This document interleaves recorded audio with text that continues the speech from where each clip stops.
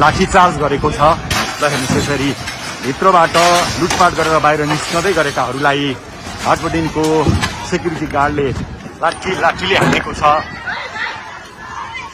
बाहिरबाट ढुङ्गामुढा भित्र धेरै मानिस घुसेको अनुमान गर्न सकिन्छ। यो हुनु पक्कै पनि राम्रो होइन। फ्रिज लिएर हिँड्दैछन्। ल हेर्नुहोस् आइसक्रिमको डिप फ्रिज तानेर आन्दोलनकारीहरू अगाडि बढ्दै गरेको यो दृश्य हामीले देखाएका छौँ। हामीले फ्रिजभित्र भएको आइसक्रिम खोसाखोस भइराखेको अवस्था छ। निकै नै आतंकित अवस्था छ। मान्छे धेरै घाइते छन्। भित्र छिरेकाहरू यसरी सामान बोकेर हातमा सामान बोकेर बाहिरिँदै गरेको दृश्य हामीले देखाइरहेका छौँ। क्रेटका क्रेट फलफुल बाहिर निकालेर आन्दोलनकारीहरू फलफुल खाँदैछन्। यसले पक्कै पनि बङ्गलादेशको झल्को दिएको छ, विदेशको झल्को दिएको छ। स्वागतका लागि राखिएको यो घडा हेर्नुहोस् मेन सडकमा फालिएको छ। फलफुलका क्रेटहरू बाक्साहरू यसरी फालिएको छ र प्रहरी आइपुगेको छैन। कोटेसहरू यसरी तोडफोड भइराखेको अवस्था छ। यो कोटेश्वरको हाटबटि हेर्नुहोस् फलफुलहरू यहाँ देख्न सकिन्छ। मानिसहरू सामान बोक्दै भाग्दै दौडिँदै गरेको अवस्था देख्न सकिन्छ। साँच्चै बङ्गलादेशको झल्को यति बेला कोटेश्वरको हाटबटिमा देख्न सकिन्छ। दर्शकवृन्द आगो लगाइदिए भनेर यहाँ आन्दोलनकारीहरू कराइरहेका छन्। माथि ढुङ्गा प्रहार भइराखेको छ। यो कोटेश्वरको हाटबटिनीको दृश्य हो। दर्शकवृन्द सोच्दै नसोचेको अप्रिय अवस्था। प्रहरी अहिलेसम्म हाटबटिनीमा आइपुग्न सकेको छैन। पार्किङमा राखिएको गाडी यस्तो अवस्था छ। फलफुल यत्रतत्र सर्वत्र देख्न सकिन्छ। हेर्नुहोस् अगाडिपट्टि थुप्रो मात्रामा क्रोधित युवाहरू आन्दोलनकारीहरूको उपस्थिति देख्न सकिन्छ। प्रहरी लगभग निष्क्रिय अवस्थामा प्रहरीले यो क्षेत्रलाई आफ्नो नियन्त्रणमा राख्न सकेको छैन। प्रहरीले नियन्त्रण गुमाएको अवस्थामा स्याउ सुन्तलाले हाटबटिनीमाथि आक्रमण भइराखेको छ। अहिलेको अवस्था निकै नै गम्भीर छ, भयावह अवस्था छ। आश्चर्य लाग्यो दर्शकवृन्द, आश्चर्य लाग्दो दृश्य हामी तपाईँलाई देखाइरहेका छौँ। कोटेश्वरको हाटबटिनीमा कोही बियर बोकेर निस्किएका छन्, कोही हुस्की बोकेर निस्किएका छन्, कोही फलफुल बोकेर निस्किएका छन्। अकल्पनीय दृश्य हामी देखिरहेका छौँ। हेर्नुहोस् रुसलान भुड्का बोकेर हिँडिरहेका छन्, फलफुल बोकेर हिँडिरहेका छन्। ओहो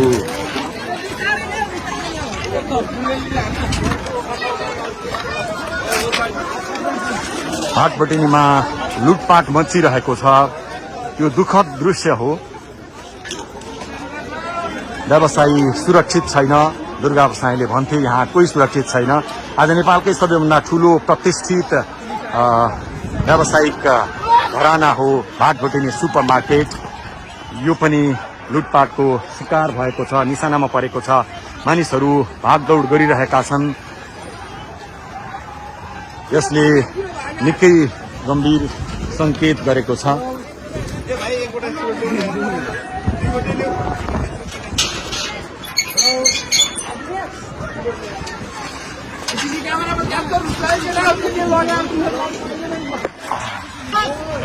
सेक्युरिटी गार्डले लाठीचार्ज गरेको छ। ल हेर्नुहोस् यसरी भित्रबाट लुटपाट गरेर बाहिर निस्कँदै गरेकाहरूलाई हाटबटिनको सेक्युरिटी गार्डले लाठीले हानेको छ। बाहिरबाट ढुङ्गामुढा भित्र धेरै मानिस घुसेको अनुमान गर्न सकिन्छ।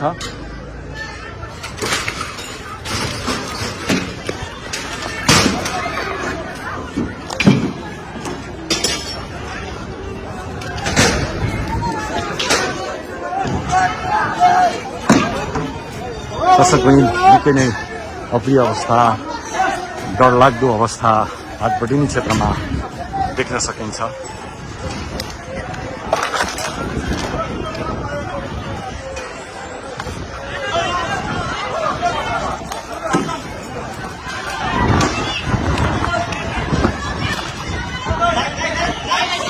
महँगो गाडी पजेरो फुटेको छ।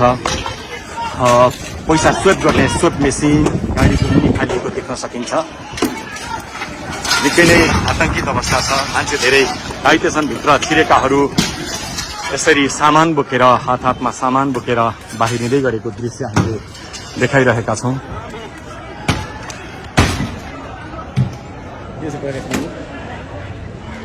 कोटेश्वरको भाटपटिनीमा यस्तो अप्रिय घटना हुन्छ कसैले अनुमान गरेका थिएनन्। आन्दोलनकारीको जत्था भाटपटिनीभित्र प्रवेश गरिसके पछाडि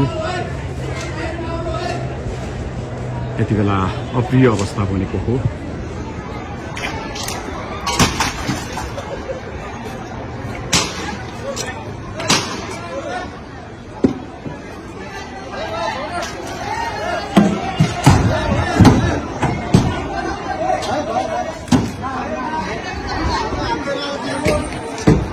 आन्दोलनकारीहरू अझै बढी सशक्त बन्दै भाटपटिनीभित्र प्रवेश गर्दैछन्।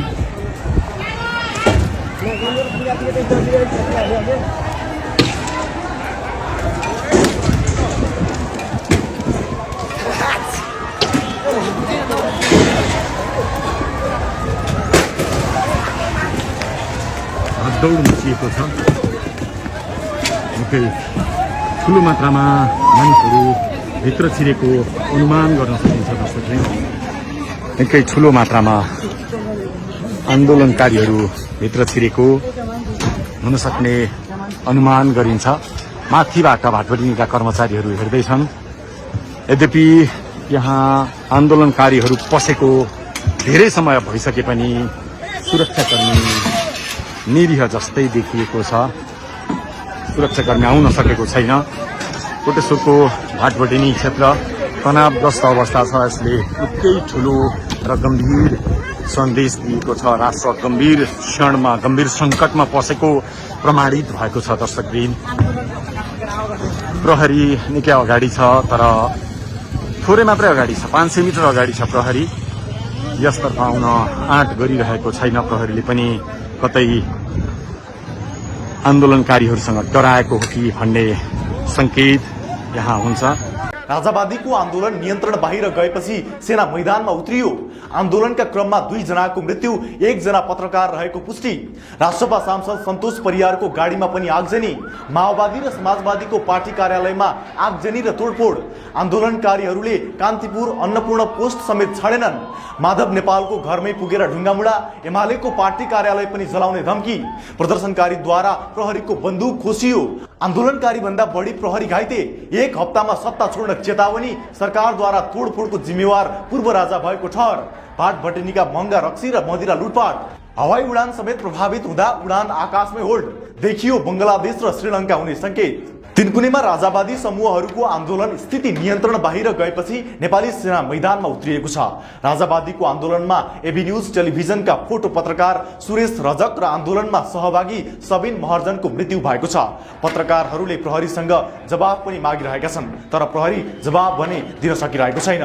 आज काठमाडौँमा भएको आगजनी, तोडफोड र लुटपाटको घटनामा मुख्य जिम्मेवार ठहर गर्दै प्रहरीले दुर्गा प्रसाईलाई भिडलाई उक्साएर अराजकता मच्चाएपछि प्रसाई तिनकुनेबाट अपराह अबेर बाहिरिएका थिए। उनीहरूले अन्नपूर्ण पोस्टको कार्यालयमा पनि आगजनी गरेका छन् भने कान्तिपुर टेलिभिजनमा समेत ढुङ्गा मुढा भएको छ र नेकपा एकीकृत समाजवादीका अध्यक्ष माधव नेपालको घरमै पुगेर ढुङ्गा मुढा र पार्टी कार्यालयमा गएर तोडफोड र आगजनी गरिदिएका छन्।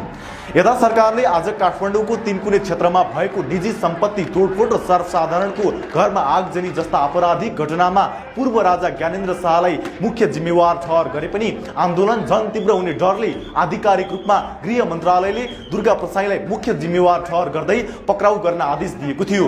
राष्ट्रिय स्वतन्त्र पार्टी रासोपाका प्रमुख सचेतक सन्तोष परियारको गाडी पनि प्रदर्शनकारीहरूले जलाइदिएका छन्। बालकुमारी पुगेपछि राजावादी प्रदर्शनमा संलग्न भएका व्यक्तिहरूले रोकेर उनको गाडी जलाइदिएका हुन्। प्रदर्शनकारीहरूले नेकपा एमालेको कार्यालय पनि जलाउने भन्दै धम्की दिएका छन्। प्रधानमन्त्री केपी शर्मा ओलीले सुरक्षाकर्मीहरूलाई कडाइका साथ आफ्नो पार्टी कार्यालयमा तैनात हुन निर्देशन पनि दिएका थिए। प्रदर्शनकारीहरूले सिनामङ्गल स्थित सरकारी अड्डा नेपाल नागरिक उड्डयन प्राधिकरणमा पनि आगो लगाइदिएका छन्। आन्दोलनकारीहरू नेकपा माओवादी केन्द्रको कार्यालयमा पनि छिर्ने प्रयास गरिरहेका थिए, तर त्यहाँ कडाइका साथ प्रहरी र सशस्त्र प्रहरी बल तैनात गरिएका कारण उनीहरू छिर्न सकिरहेका थिएनन्। उनीहरूले प्रहरी प्रभाग कोटेश्वरमा पनि तोडफोडको प्रयास भने गर्न छोडेनन्। तर तिनकुने स्थित कर्पोरेट टावरमा रहेको अन्नपूर्ण पोस्टको कार्यालयमा भने राजावादी समर्थित प्रदर्शनकारीहरूले व्यापक तोडफोड र केही आगजनी गरेरै छोडेका छन्। प्रदर्शनकारीहरूले कार्यालयमा आगजनी गरेपछि सुरक्षा गार्डहरूले निभाएका थिए। त्यसअघि प्रदर्शनकारीहरूले अन्नपूर्ण पोस्टको कार्यालयमा ढुङ्गा मुढा गरेका थिए। प्रदर्शनमा उत्रिएका राजावादीले काठमाडौँ महानगरपालिकाको दमकलमाथि पनि तोडफोड गरेका छन्। तिनकुने स्थित एक घरमा प्रदर्शनकारीहरूले ढुङ्गा मुढा सहित आगजनी गरेपछि महानगरको दमकल बोलाइएको थियो। आगजनी भइरहेको घरको केही दूरीमै प्रदर्शनकारीहरूले दमकलमाथि ढुङ्गा मुढा प्रहार गरेको महानगरका नगर प्रहरी उपरीक्षक विष्णु प्रसाद जोशीले जानकारी दिए। उक्त घटनामा दमकलका फायरमेन भने घाइते भएका छन्। तिनकुने सभास्थलबाट तितरबितर भएका राजावादी प्रदर्शनकारीहरूले भाटभटेनीमा पनि ढुङ्गा प्रहार गरेर सिसा लगायतका भौतिक संरचनामा क्षति पुर्याएका छन्। उनीहरूले त्यहाँ पुगेर लुटपाट पनि गर्न भएका छन्। राजावादीकै समूहले आलोकनगर स्थित नेपाल कम्युनिस्ट पार्टी एकीकृत समाजवादीको कार्यालयमा पनि आगजनी गरेको थियो। तिनकुनेका विभिन्न घर भवनमा पनि तोडफोड र आगजनी गरिएको छ। समूहले कान्तिपुरमा पनि आक्रमणको योजना बनाएको थियो। उता दुर्गा प्रसाईले रणमैदान छोडेर आन्दोलन निरन्तर गर्न भन्दै आफ्ना समर्थकहरूलाई निर्देशन दिएका थिए। व्यक्तिका घर, पसल, सञ्चार गृह र सरकारी सम्पत्तिमा आगजनी बढ्दै गएपछि जिल्ला प्रशासन कार्यालय काठमाडौँले तिनकुने क्षेत्रमा कर्फ्यू लगाएको छ। स्रोतका अनुसार तिनकुने क्षेत्रमा अराजकता बढ्दै गएको, सुरक्षाकर्मी र दमकलमाथि नै आक्रमण गर्ने क्रम बढेपछि स्थिति नियन्त्रणमा लिन कर्फ्यू लगाउने निर्णय गरिएको हो। गृह मन्त्रालयमा गृहमन्त्री रमेश लेखक, प्रहरी महानिरीक्षक दीपक थापा, काठमाडौँका प्रमुख जिल्ला अधिकारी ऋषिराम तिवारी सहितको छलफलपछि कर्फ्यू लगाउने निर्णय भएको हो। जिल्ला प्रशासन कार्यालय काठमाडौँका सूचना अधिकारी समेत रहेका सहायक प्रमुख जिल्ला अधिकारी अशोक कुमार भण्डारीले सूचना अपलोड भएको बताएका थिए। राजावादी समर्थित प्रदर्शनकारीहरूले अराजकता मच्चाएपछि तिनकुने क्षेत्रमा कर्फ्यू जारी भएको हो। जिल्ला प्रशासन कार्यालय काठमाडौँले शुक्रबार 4:25 देखि राति 10 बजेसम्मका लागि कर्फ्यू जारी गरेको सहायक प्रमुख जिल्ला अधिकारी अशोक कुमार भण्डारीले बताए। उनका अनुसार गौशाला, एयरपोर्ट, गैरीधारा, तिनकुने हुँदै कोटेश्वर, कोटेश्वरदेखि जडीबुटी पुल, कोटेश्वरबाट बालकुमारी पुलसम्म, बानेश्वर चोकदेखि शङ्खमूल पुलसम्म र गौशाला चोकदेखि पुरानो बानेश्वर हुँदै नयाँ बानेश्वर चोकसम्म कर्फ्यू जारी भएको छ। ललितपुरतर्फ बालकुमारी पुल, भक्तपुरतर्फ जडीबुटी पुल, सिनामङ्गल चोक र तिनकुने पुल क्षेत्रमा कर्फ्यू लगाइएको उनले बताए। राजावादी समर्थित प्रदर्शनकारीहरूले तिनकुने स्थित एउटा घरमा आगजनी गरेका थिए। अहिले त्यस आसपासका पार्टीका कार्यालय, मिडिया र सरकारी कार्यालयहरू प्रदर्शनकारीहरूले आगजनी प्रयास गरिएको प्रहरीले जानकारी दिएको छ। राजावादी समूहले काठमाडौँको आलोकनगर स्थित नेकपा एकीकृत समाजवादीको पार्टी कार्यालयमा तोडफोड गरेको छ। प्रदर्शनकारीहरूले पेरिस डाँडामा रहेको माओवादी पार्टी कार्यालयमा समेत आक्रमण र तोडफोडको प्रयास गरेका थिए।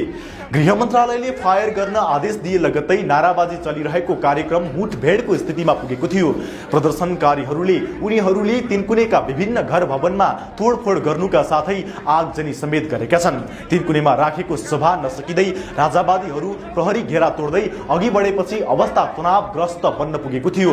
यता गणतन्त्रवादीको कार्यक्रमलाई सम्बोधन गर्दै माओवादी अध्यक्ष पुष्पकमल दाहाल प्रचण्डले प्रधानमन्त्री केपी शर्मा ओली राजावादीसँग मिलेको हुन सक्ने आरोप लगाएका छन्।